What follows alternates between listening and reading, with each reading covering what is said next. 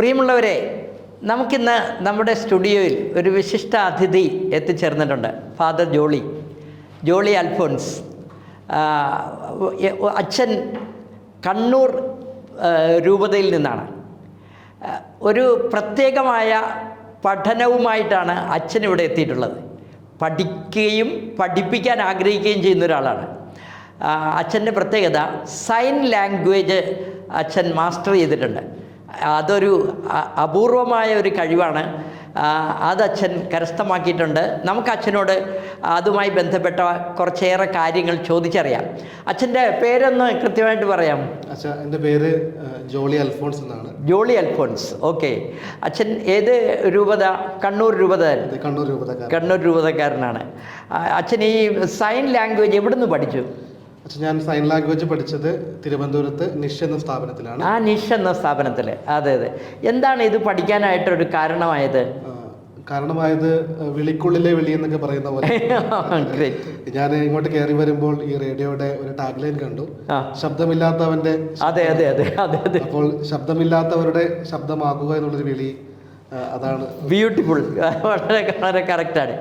അപ്പോൾ അച്ഛൻ അത് അങ്ങനെ ആഗ്രഹിച്ച് പഠിക്കാൻ പോയതാണ്. ശരി. ഇത് പഠിക്കാൻ ഗ്രാജുവേഷൻ അങ്ങനെ എന്തെങ്കിലും ബേസിക് ക്വാളിഫിക്കേഷൻ വേണോ? ഞാൻ പഠിച്ച കോഴ്സ് എന്ന് പറയുന്നത് സൈൻ ലാംഗ്വേജ് ഇന്റർപ്രിട്ടേഷൻ ആണ്. ഷോർട്ടായിട്ട് ഡിസ്ലി എന്ന് പറയും, diploma in Indian sign language interpretation. അപ്പോൾ ഈ കോഴ്സ് പഠിക്കാനുള്ള ബേസിക് ക്വാളിഫിക്കേഷൻ +2 പാസ്സായാലും അത് മതിയല്ലേ? ഓക്കെ. Very good. അച്ഛൻ ഇപ്പം എത്ര കാലമായി ഈ മേഖലയിൽ പ്രവർത്തിക്കുന്നത്? ഞാൻ കഴിഞ്ഞ 2 വർഷമായിട്ട് തിരുവനന്തപുരത്ത് പഠിച്ചുകൊണ്ടിരിക്കുമ്പോൾ തന്നെ പല ഡഫ് ഗ്രൂപ്പുകളുമായിട്ട് ബന്ധപ്പെടുന്നുണ്ട്. ഇങ്ങനെ കാര്യങ്ങൾ പഠിക്കുക, അവരോടൊപ്പം ചേർന്ന് പഠിക്കുവാനുള്ള സാധ്യതകൾ കുറേ ഉണ്ടായിട്ടുണ്ട്. Very good. അല്ല, അച്ഛന് ഈ TV-യിലൊക്കെ വരുന്ന ന്യൂസ് ഇന്റർപ്രറ്റ് ചെയ്ത് കൊടുക്കാൻ പറ്റില്ലേ? ഇന്റർപ്രിട്ടേഷൻ പഠിച്ച ഏതൊരു വ്യക്തിക്കും ന്യൂസ് ഇന്റർപ്രിട്ടേഷൻ ചെയ്യാൻ പറ്റും. തീർച്ചയായിട്ടും. അങ്ങനെ തുടങ്ങിയിട്ടില്ല അല്ലേ? അതിലേക്കൊക്കെ കടക്കാൻ അച്ഛന് അവസരം ഉണ്ടാവും, തീർച്ചയായിട്ടും ഉണ്ടാവും. കാരണം ഇങ്ങനെ ഇത്തരം കാര്യങ്ങൾ പഠിച്ചിട്ടുള്ള ഡെഡിക്കേറ്റഡ് ആൾക്കാരെ കിട്ടാൻ പാടായിരിക്കും എന്നാണ് എൻ്റെ വിചാരം. ഏതായാലും അങ്ങനെ പഠിക്കാനുള്ള ഒരു മനസ്സുണ്ടായത് തീർച്ചയായിട്ടും അഭിനന്ദനാർഹമായ ഒരു കാര്യമാണ്. അത് ഈ TV ചാനലും ഒക്കെ പോകണം. പ്രത്യേകിച്ചും സഭയുടെ തന്നെ TV ചാനലൊക്കെ ഉണ്ടല്ലോ, പിന്നെ ഷെക്കിന TV പോലുള്ള. തീർച്ചയായിട്ടും അവരൊക്കെ അറിഞ്ഞാൽ, അവർക്ക് അറിയാമോ എന്തോ, അറിഞ്ഞാൽ തീർച്ചയായിട്ടും അച്ഛനെ വിളിക്കും എന്നാണ് എൻ്റെ ഒരു പ്രതീക്ഷ. അതാണ്. പിന്നെ ഈ ഇങ്ങനെയുള്ള കാഴ്ച പരിമിതിയും ഉണ്ട്, കേൾവി പരിമിതിയും ഉണ്ട് അല്ലേ? ഇത് രണ്ടും അവർക്ക് എങ്ങനെയാണ് നമ്മളുടെ ഈ സൈനിൻ്റെ കൂടെ ശബ്ദം ഉണ്ടാക്കുന്നുണ്ടോ അച്ഛൻ? അതോ സൈനിൻ്റെ കൂടെ ശബ്ദമില്ല അച്ഛൻ. നമ്മൾ കേൾവി പരിമിതിയുള്ളവർ ഉപയോഗിക്കുന്ന ഭാഷയാണ് സൈൻ ലാംഗ്വേജ്. ഞാൻ പഠിച്ചിരിക്കുന്നത് ഇന്ത്യയുടെ ഉള്ളിൽ ഉപയോഗിക്കുന്ന ഭാഷയാണ്, അതായത് ഇന്ത്യൻ സൈൻ ലാംഗ്വേജ് ആണ് ഞാൻ പഠിച്ചത്. അത് ശരി. അപ്പോൾ മറ്റ് രാജ്യങ്ങളിൽ വേറെ ലാംഗ്വേജ് ഉണ്ടോ? മറ്റ് രാജ്യങ്ങളിൽ അവരുടേതായിട്ടുള്ള ലാംഗ്വേജ് ഉണ്ട്. ഉദാഹരണത്തിന് അമേരിക്കയിൽ അമേരിക്കൻ സൈൻ ലാംഗ്വേജ് ഉണ്ട്. ശരി. ബ്രിട്ടനിൽ ബ്രിട്ടീഷ് സൈൻ ലാംഗ്വേജ്. അങ്ങനെ ഉണ്ടല്ലേ? ഓരോ രാജ്യത്തിനും അവരുടേതായിട്ടുള്ള സൈൻ ലാംഗ്വേജ് ഉണ്ട്. അപ്പോൾ നമുക്ക് നമ്മുടേതായ സൈൻ ലാംഗ്വേജ് ഉണ്ട്. That's great, wonderful. അതൊരു നല്ല കാര്യമാണ്. ഓക്കെ അച്ഛൻ, നമുക്ക് സാവധാനം നമ്മുടെ ശ്രോതാക്കൾക്ക് വേണ്ടി ഈ സൈൻ ലാംഗ്വേജ് ഉപയോഗിച്ച് അച്ഛൻ ഈ ഇങ്ങനെയുള്ള പരിമിതിയൊക്കെ അനുഭവിക്കുന്ന ആളുകളോട് എങ്ങനെയൊക്കെയാണെന്ന് കാണിക്കുന്നതൊക്കെ എന്തെങ്കിലും ഒന്ന് ഡെമോൺസ്ട്രേറ്റ് ചെയ്യാൻ പറ്റുമോ? ഡെമോൺസ്ട്രേഷൻ എൻ്റെ ഒരു ഡഫിന്റെ സാന്നിധ്യത്തിലാണെങ്കിൽ അത് നടക്കുക. കാരണം നമ്മളിത് പഠിക്കുന്നത് ഡെമോൺസ്ട്രേഷന് വേണ്ടിയിട്ടല്ല, അല്ല, ഡഫിന് ആക്സസിബിലിറ്റി കൊടുക്കാൻ വേണ്ടി. അപ്പോൾ നമ്മുടെ ഒരു സമൂഹത്തിൽ ഏതെങ്കിലും ഒരു ഡഫ് ഉണ്ടായിട്ടുണ്ടെങ്കിൽ അച്ഛൻ ഈ സംസാരിക്കുന്ന കാര്യങ്ങൾ അതുപോലെ അവർക്ക് മനസ്സിലാക്കുന്ന രീതി കാണിച്ചു കൊടുക്കാൻ പറ്റും. അല്ല, ഇപ്പം അച്ഛൻ ഇത് ഉദ്ദേശിച്ചിരിക്കുന്നത് കൂടുതലും വിശുദ്ധ കുർബാനയിൽ പങ്കെടുക്കാൻ വരുന്ന ആളുകൾക്ക് കൂടി വേണ്ടിയല്ല? തീർച്ചയായിട്ടും. എൻ്റെ ഒരു ആഗ്രഹം എന്ന് പറയുന്നത്, ഞാനൊരു വൈദികനായതുകൊണ്ട് തന്നെ സാക്രമെന്റൽ അഡ്മിനിസ്ട്രേഷൻ ആണ്, അതായത് കൗദാശികൾ പരികർമ്മം ചെയ്യുക എന്നുള്ളതാണ് എൻ്റെ ആഗ്രഹിക്കുന്നത്.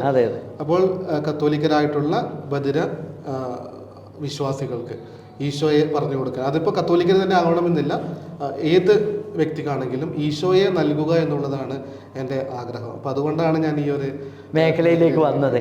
അപ്പോൾ ഞാനൊരു കാര്യം ചോദിക്കുന്നത്, വിശുദ്ധ കുർബാനയിൽ വന്നിരിക്കുന്ന ആളുകൾക്ക് നമ്മൾ തുടക്കത്തിൽ പറയുന്നു പിതാവിൻ്റെയും പുത്രൻ്റെയും പരിശുദ്ധാത്മാവിൻ്റെയും നാമത്തിൽ എന്നൊക്കെ പറയുന്നത്. അത് നമ്മൾ കാണിക്കുന്ന ആ ഒരു സൈൻ അവർക്ക് മനസ്സിലാവൂലേ? ആ സൈൻ ഓഫ് ദ ക്രോസ് അവർക്ക് മനസ്സിലാവും. മനസ്സിലാവും. അത് കഴിഞ്ഞു വരുന്ന ഭാഗങ്ങൾ, ബാക്കിയുള്ള വാക്കുകൾ അവർക്ക് മനസ്സിലാവില്ല. നമ്മുടെ കർത്താവായ യേശു ക്രിസ്തുവിന്റെ കൃപയും അതൊക്കെ എങ്ങനെ നമ്മൾ സൈനിലൂടെ അങ്ങനെ അതെന്തെങ്കിലും ഒന്ന് കാണിക്കാൻ പറ്റുമോ? നമ്മൾ ഇപ്പോൾ ഉപയോഗിക്കുന്ന കുർബാനയിൽ നമ്മൾ കർത്താവ് നിങ്ങളോട് കൂടെ എന്നാണ് അങ്ങനെ കാണിക്കും അല്ലേ? അത് ശരി. അപ്പോൾ അവർക്ക് അത് മനസ്സിലാവും. നമ്മളത് മനസ്സിലാവുമ്പോൾ അവരോട് കോപ്പി ചെയ്യാൻ വേണ്ടി പറയും. അപ്പോൾ അവർ പറയേണ്ട റെസ്പോൺസ് നമ്മൾ കാണിച്ചു കൊടുക്കും. അങ്ങേ ആത്മാവോടും കൂടെ എന്ന് കാണിച്ചു കൊടുക്കും. ഓ, അത് ശരി. അപ്പോൾ അവരങ്ങനെ കാണിക്കുമോ? അത് അവർ റെസ്പോണ്ട് ചെയ്യും. അവർ റെസ്പോണ്ട് ചെയ്യും. അങ്ങനെ അച്ഛൻ കുർബാന ചൊല്ലിയിട്ടുണ്ട്. ഈ പിന്നെ ഇങ്ങനെയുള്ള പരിമിതികളുള്ള ആളുകളുടെ കൂടെ അവർക്ക് വേണ്ടി ചൊല്ലിയിട്ടുണ്ട്. അങ്ങനെ പിന്നെ അധികം പള്ളികളിലൊക്കെ പോയിട്ടുണ്ടോ? അങ്ങനെ ഞാൻ തിരുവനന്തപുരത്തായിരിക്കുന്ന സമയത്ത് തിരുവനന്തപുരം രൂപതയുടെ സോഷ്യൽ സർവീസ് സൊസൈറ്റിയുടെ ഭാഗത്തിൽ അവിടെ അവർ TSSന്റെ ചാപ്പലിൽ കുർബാന നടക്കാറുണ്ട്. അപ്പോൾ 1-2 ഞായറാഴ്ചകളിൽ അവിടെ ബലിയർപ്പിച്ചിട്ടുണ്ട്. കൊല്ലം രൂപതയിൽ കൊട്ടിയത്ത് പാസ്റ്റൽ സെൻറ്ററിൽ ഇവർക്ക് വേണ്ടി ബദിരർക്ക് വേണ്ടിയിട്ടുള്ള കുർബാന മാസത്തിലൊരിക്കൽ നടക്കാറുണ്ട്. അന്ന് ബലിയർപ്പിക്കുക എന്നുള്ളതിനേക്കാൾ ഉപരി അവിടുത്തെ ഡയറക്ടർ അച്ഛൻ ബലിയർപ്പിക്കുമ്പോൾ ഞാൻ ഇന്റർപ്രറ്ററായിട്ട് സൈഡിൽ നിന്ന് പറഞ്ഞു കൊടുക്കുക സഹായിക്കാറുണ്ട്. അത് തീർച്ചയായിട്ടും നല്ല കാര്യമാണ്. ആലപ്പുഴയിലെ അർത്തുങ്കലില് ഒരു ബലിയർപ്പിച്ചിട്ടുണ്ടോ? അർത്തുങ്കൽ പള്ളിയിലെ? ഗ്രേറ്റ്. ആണോ? അവിടെ ഉണ്ടായിരുന്നോ ഇങ്ങനെ പരിമിതികളൊക്കെ ഉള്ള ആൾക്കാര്? ഒരു മാസത്തിൽ ഒരു കൂട്ടായ്മ അവിടെ ചേരുന്നുണ്ടെന്നാണ് എന്റെ അറിവ്. അപ്പൊ അങ്ങനെയാണെങ്കിൽ അവിടെ ഞാൻ ഒരു പ്രാവശ്യം ബലിയർപ്പിക്കാനായിട്ട് അവിടെ. അത് ശരി. അല്ല, അങ്ങനെയാണെങ്കിൽ ഇടയ്ക്ക് വരണോ? അർത്തുങ്കലേക്ക് വരിക. തീർച്ചയായിട്ടും ഞങ്ങൾക്ക് അച്ഛൻ എന്നാ വരുന്നതെന്ന് അറിയിച്ചാൽ ഞങ്ങൾ വേണമെങ്കിൽ റേഡിയോയിലൂടെ തന്നെ അനൗൺസ് ചെയ്യാം. ഇന്ന ദിവസം അച്ഛൻ വരുന്നുണ്ട്. അതിന്റെ ഒരു പരിമിതി എന്ന് പറയുന്നത് വെച്ചാൽ ബദിരരായിട്ടുള്ള നമ്മുടെ സഹോദരങ്ങൾ റേഡിയോ കേൾക്കത്തില്ല, പക്ഷെ അവരുടെ ബന്ധുക്കളൊക്കെ കേൾക്കുമല്ലോ. അപ്പൊ അവർക്ക് പറഞ്ഞു വിടാനും കൊണ്ടുവരാനും ഒക്കെ പറ്റും. അങ്ങനെയൊക്കെ ചെയ്യാൻ പറ്റും. അതൊരു നല്ല കാര്യമാണ്. ഏതായാലും ഇങ്ങനെ ഒരു ലാംഗ്വേജ് പഠിച്ചത് കൊണ്ട് പ്രത്യേകിച്ചും എനിക്ക് തോന്നുന്നില്ല ഇങ്ങനെ കുർബാനയൊക്കെ ഇന്റർപ്രറ്റ് ചെയ്ത് കൊടുക്കാൻ പാകത്തിൽ അച്ഛന്മാർ ആരെങ്കിലും ഒക്കെ വേറെ ആരെങ്കിലും ഉണ്ടോന്ന്. നമ്മുടെ കേരളത്തിൽ 1-2 എനിക്ക് പരിചയമുള്ളവർ എൻ്റെ അറിവിൽ 1-2 പേരുണ്ട്. എനിക്ക് മുൻപേ ഈ ഒരു ഭാഷ പഠിച്ച് ഈ ഒരു മേഖലയിൽ ശുശ്രൂഷ ചെയ്യുന്ന അച്ഛന്മാരുണ്ട്. വേറെ അച്ഛന്മാരും ഉണ്ടല്ലേ? ഓക്കെ. അപ്പം നിങ്ങളിത് കുർബാന മധ്യേ ആരെങ്കിലും കുർബാന അർപ്പിക്കുമ്പോൾ നിങ്ങളൊരു സൈഡിൽ നിന്നിട്ട് ഇതിൻ്റെ സൈനൊക്കെ കാണിച്ചു കൊടുക്കും അല്ലേ? അങ്ങനെ കാണിച്ചു കൊടുക്കും. പിന്നെ കർത്താവ് നിങ്ങളോട് കൂടെ എന്ന് അച്ഛൻ ഇങ്ങനെയാണ് കാണിക്കുന്നത്. പിന്നെ വേറെ എന്തെങ്കിലും കാര്യത്തിന്റെ ഒക്കെ സൈൻ ഒന്ന് കാണിക്കാമോ? നമുക്ക് അച്ഛൻ സൈൻ കാണിക്കുന്നതിലൊക്കെ ഉപരിയായിട്ട് നമുക്ക് അടുത്തൊരു പ്രാവശ്യം ഇൻവോൾവ് ആവും. അങ്ങനെ ഒരു അവരെ കൂടി കൊണ്ടുവന്നിട്ട് നമുക്ക് അത് ഡെമോൺസ്ട്രേറ്റ് ചെയ്യാൻ പറ്റും. അതായിരിക്കും നല്ലത് അല്ലേ? ഓക്കെ. പിന്നെ ഈ ഇപ്പോൾ കുർബാനയ്ക്കും അതുപോലെ കൂദാശ പരികർമ്മത്തിനും ഒക്കെ ഇത് വളരെ പ്രയോജനപ്പെടും. അങ്ങനെയാണെങ്കിൽ ആ ബുദ്ധിമുട്ടുകളെ അനുഭവിക്കുന്ന ആളുകൾക്ക് ഇത് വലിയ സഭ എന്ന് പറയുന്നത് അവരുടേത് കൂടിയാണ്. തീർച്ചയായിട്ടും നമ്മൾ അത് കൈയടക്കി വെച്ച് നിൽക്കാനുള്ള. അപ്പൊ നമ്മള് സഭയിലേക്ക് നമ്മുടെ ദേവാലയങ്ങളിലേക്ക് ഈ സഹോദരങ്ങളെ കൂടെ ചേർത്ത് പിടിക്കുക. മാത്രമല്ല അവരെ കൂടി പരിഗണിക്കുന്നു എന്ന് പരിഗണിക്കേണ്ടതാണ് സഭ. തീർച്ചയായിട്ടും. അപ്പോൾ അത് അവർക്ക് മനസ്സിലാവുകയും അവർക്ക് കൂടി പരിഗണന ഉള്ളതാണ് ഈ സഭ എന്നൊക്കെ പറഞ്ഞു കൊടുക്കുകയും ചെയ്യേണ്ടത് അത്യാവശ്യമാണ്. അങ്ങനെയുണ്ട്. ഈ വളരെ ദരിദ്രരായ ആളുകൾ ഈ മേഖല ഇങ്ങനെയുള്ള പരിമിതികളുള്ള ആളുകളുണ്ട്, വളരെ പാവപ്പെട്ട ആൾക്കാർ. അവർക്ക് ഇതിനെന്തെങ്കിലും പഠിക്കാനോ ഒക്കെ ഇപ്പം അന്ധരായ ചില ആളുകൾ ഇപ്പം നമ്മുടെ ആലപ്പുഴയിലെ ഒരു IAS ഉദ്യോഗസ്ഥനുണ്ട്. അദ്ദേഹം അന്ധനാണ്. അവരൊക്കെ എങ്ങനെയാണ് ഇത് പഠിച്ചു വന്നത്? എങ്ങനെയാണ് അത്? അച്ഛൻ എന്തെങ്കിലും അറിയാമോ അതേക്കുറിച്ച്? എനിക്ക് ഈ അന്ധതയുമായി ബന്ധപ്പെട്ടിട്ടുള്ള കാര്യങ്ങൾ എനിക്ക് കൃത്യമായിട്ട് അറിയത്തില്ല. പക്ഷേ ഈ ബധിരതയുമായി ബന്ധപ്പെട്ടിട്ട് നമ്മുടെ പഠിക്കുവാനായിട്ട് കേരളത്തിൽ സ്ഥാപനങ്ങളുണ്ട്. ഒരു എൻ്റെ അറിവില് ഒരു 33ഓളം സ്ഥാപനങ്ങളാണ്. 33 സ്ഥാപനങ്ങൾ. 3 സർക്കാർ സ്ഥാപനങ്ങളാണ് ഉള്ളത്. പ്രൈവറ്റ് പഠിക്കാൻ സൗകര്യമുണ്ട്. നമ്മുടെ സന്യസ്തരായിട്ടുള്ള സഹോദരിമാര് നടത്തുന്നുണ്ട്. ഡഫ് സ്കൂളുകൾ നടത്തുന്നുണ്ട്. ഓക്കെ. പിന്നെ അത് കുറച്ച് ഫ്രീ ആയിട്ടൊക്കെ പഠിപ്പിക്കുമോ? എയ്ഡഡ് സ്കൂളുകളാണ്. ഞാൻ കണ്ടിട്ടുള്ള സ്കൂളുകളിൽ പലതും എയ്ഡഡ് സ്കൂളുകളാണ്. അത് കൊള്ളാം. അപ്പോൾ ഫ്രീ ആയിട്ടൊക്കെ പഠിക്കാൻ പറ്റുമോ അവർക്ക്? ഏതായാലും അവരെ പരിഗണിക്കേണ്ടതാണ്. കാരണം എല്ലാ അർത്ഥത്തിലും ബുദ്ധിമുട്ടുകൾ അനുഭവിക്കുന്നതല്ലേ. ഞാൻ മനസ്സിലാക്കിയിട്ടുള്ളത് അങ്ങനെ പരിമിതികളുള്ളവർക്ക് വേറെ എന്തെങ്കിലും കഴിവിൻ്റെ സാധാരണ മനുഷ്യരെക്കാൾ കൂടുതലായിട്ട് കഴിവുകൾ ഉണ്ടാവുമെന്നും കേട്ടിട്ടുണ്ട്. സാധാരണ മനുഷ്യർ എന്ന് പറയുമ്പോൾ അവരെല്ലാവരും നമ്മളെ പോലെയാണ്. അവർക്കുള്ള ഏക പരിമിതി എന്ന് പറയുന്നത് അവര് കേൾക്കുന്നില്ല, കേൾവി പരിമിതിയാണ്. അതുകൊണ്ട് തന്നെ അവർക്ക് ഭാഷയിൽ സംസാരത്തിൽ ബുദ്ധിമുട്ടുണ്ടാവും. അതാണ് പരിമിതി. അതൊഴിച്ചു കഴിഞ്ഞാൽ എല്ലാം നമ്മളെ പോലെ തന്നെ ചെയ്യുവാനുള്ള കഴിവ് അവർക്കുണ്ട്.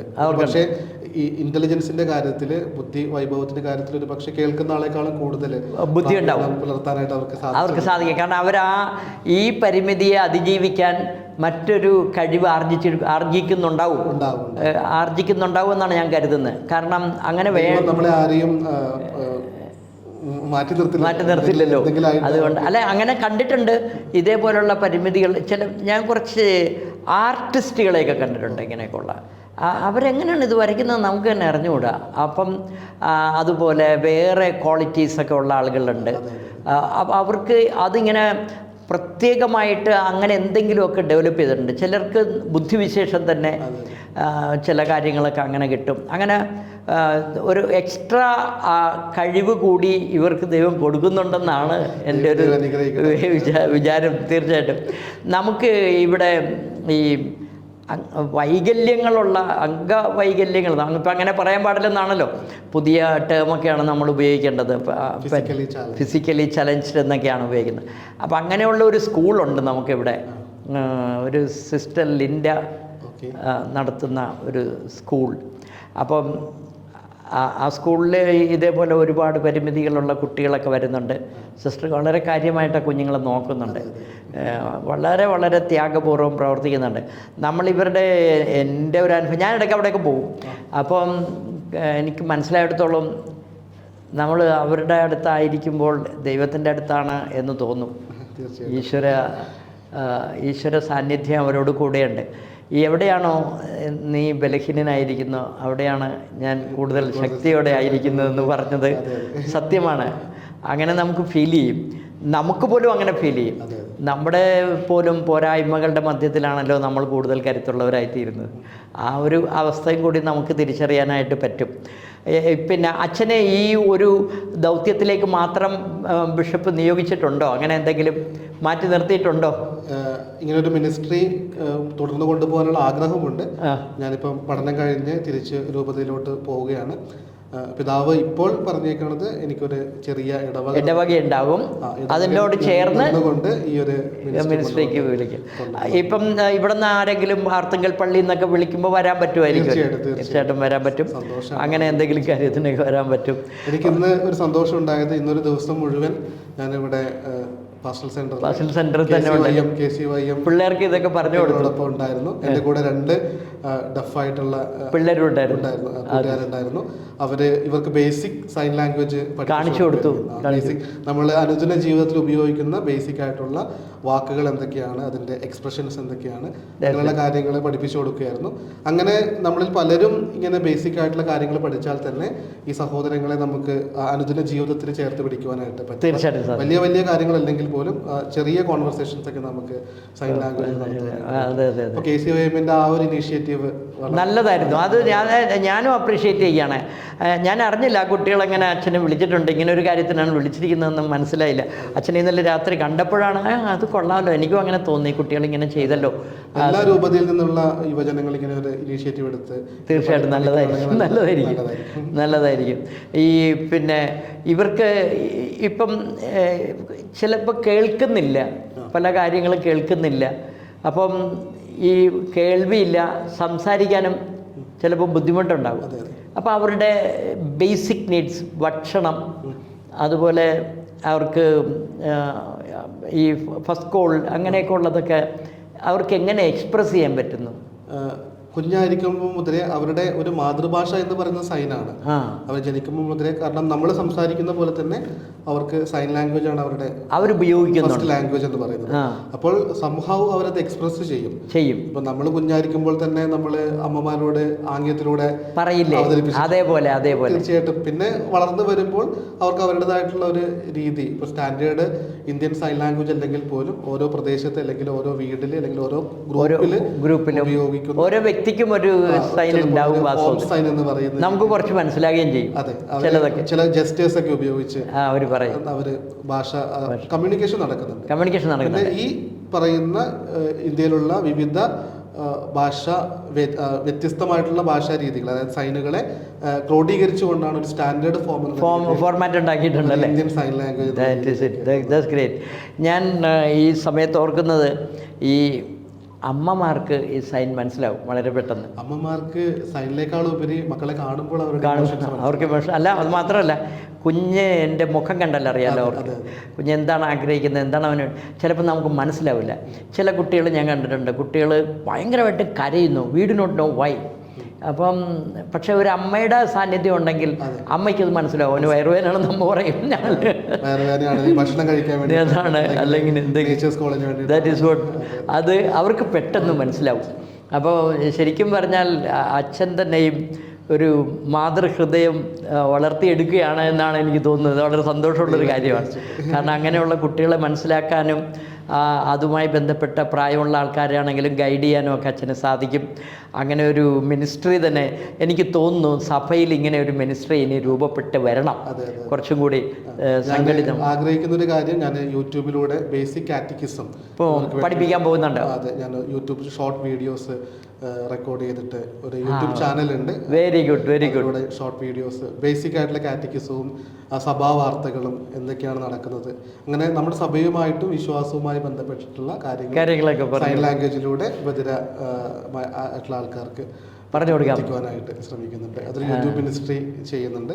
അതോടൊപ്പം തന്നെ ഏത് ഭാഗത്തു നിന്നാണെങ്കിലും, കേരളത്തിൻ്റെ ഏത് ഭാഗത്തു നിന്നാണെങ്കിലും അവർക്ക് ഇങ്ങനെയുള്ള വിശ്വാസപരമായിട്ടുള്ള വിശ്വാസ ജീവിതവുമായി ബന്ധപ്പെട്ടിട്ടുള്ള എന്ത് സഹായത്തിനും, സൈൻ ലാംഗ്വേജിന് എന്ത് സഹായത്തിനും അച്ഛൻ തയ്യാറാണ്.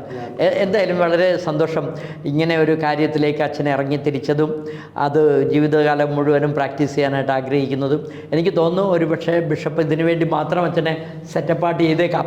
കാരണം ഭാവിയിൽ അങ്ങനെ ഉണ്ടായേക്കാം. കാരണം വേറെ ആരും ഇല്ലല്ലോ ഈ മേഖലയിൽ, അധികം പേര് വന്നിട്ടില്ല.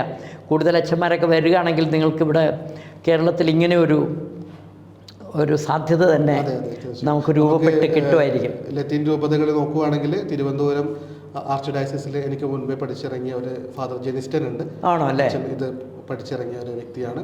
നമുക്ക് സീറോ മലബാറിലാണെങ്കിൽ തലശ്ശേരി അതിരൂപതയിൽ ഒരു അച്ഛനുണ്ട്. ഓക്കെ. പിന്നെ കോട്ടയത്തുള്ള ഹോളി ക്രോസ് സന്യാസ സമൂഹത്തിലെ ഫാദർ ബിജു ഉണ്ട്. ഇവര് 3 പേരെയാണ് എനിക്ക് മുൻപേ പരിചയമുള്ളത്. അവരുടെ പാതയിലൂടെയാണ് ഞാനും നടന്നു നീങ്ങുന്നത്.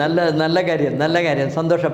എനിക്ക് വാസ്തവത്തിൽ ഇതൊരു പുതിയ അറിവാണ്. ഇങ്ങനെ ആരെങ്കിലും ഒക്കെ പഠിച്ചിട്ട് വരുന്നുണ്ടോ, ഇങ്ങനെ ഒരു മിനിസ്ട്രി ഡെവലപ്പ് ചെയ്ത് വരുന്നു എന്നൊക്കെ കേൾക്കുന്ന വളരെ സന്തോഷമുള്ളൊരു കാര്യമാണ്. കാരണം നമ്മൾ we are suppose to move to the last lost ones. അത് സഭയുടെ ഒരു വലിയ ഒരു ദൗത്യമാണ്.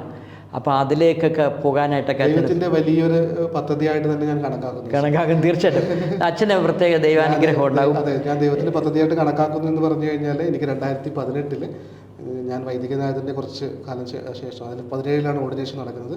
18 ഫെബ്രുവരി മാസത്തോടു കൂടെ എനിക്കൊരു ആക്സിഡന്റ് ഉണ്ടാവുന്നുണ്ട്. വലത് കൈ സാരമായിട്ടുള്ള പരിക്ക് പറ്റിയ വലത് കൈയാണ്. ഇപ്പോൾ ദൈവാനുഗ്രഹത്താല് ഞാൻ നമ്മള് സൈനൊക്കെ പഠിപ്പിക്കും. ആ വലത് കൈക്ക് ആക്സിഡന്റ് ഉണ്ടായ കൈ തന്നെയാണ് സൈനൊക്കെ പറഞ്ഞു കൊടുക്കുന്നത്.